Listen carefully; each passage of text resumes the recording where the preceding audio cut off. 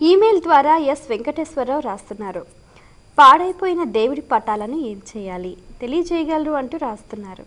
విగ్రహాలు కానీ అలాగే పటములు కానీ చిరిగిపోయిన విగ్రహాలు ఏదైనా భాగం తొలగిన వాటిని నదిలో విసర్జించాలి. అంటే పారే నదిలో అన్నమాట.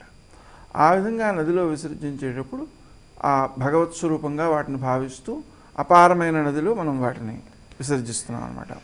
ఆ విధంగా చేయడం మంచిది.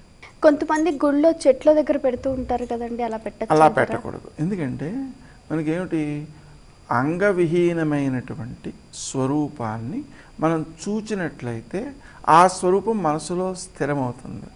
స్థిరమైతే ఇది చాలా ప్రమాదకారిగా ఉంటుంది. ఎలా ఉంటుందంటే, ఉదాహరణకి ఒక వ్యక్తి ఋషితుల్యుడు, ఆయన నదీ స్నానం చేసి వస్తూ తన పిల్లవాడిని తీసుకొస్తున్నాడు. అతనికి కూడా నదీ స్నానం నేర్పి తీసుకొస్తున్నాడు అనమాట. వాడికి 5 ఏళ్ళు ఉంటాయి, అందుకంటే ఎక్కువ ఉండవు. వాడు వస్తుండగా ఒక ఆవు కనిపించింది.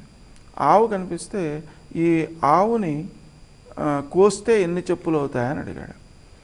నేను చాలా బాధపడి ఇంటికి వెళ్ళి ఏమిటి వీడి విషయం ఇలా అడిగాడు అని చెప్పి భార్యని అడిగాడు. అడిగితే భార్య చెప్పింది, నేను రజస్వలా స్నానం చేసి వస్తూ ఉన్న సందర్భంలో ఈ చెప్పులు కుడుతున్నటువంటి వ్యక్తి నాకు కనిపించాడు. నేను గర్భధారణ సమయంలో గమ్మున ఆ వ్యక్తి నాకు గుర్తొచ్చాడు.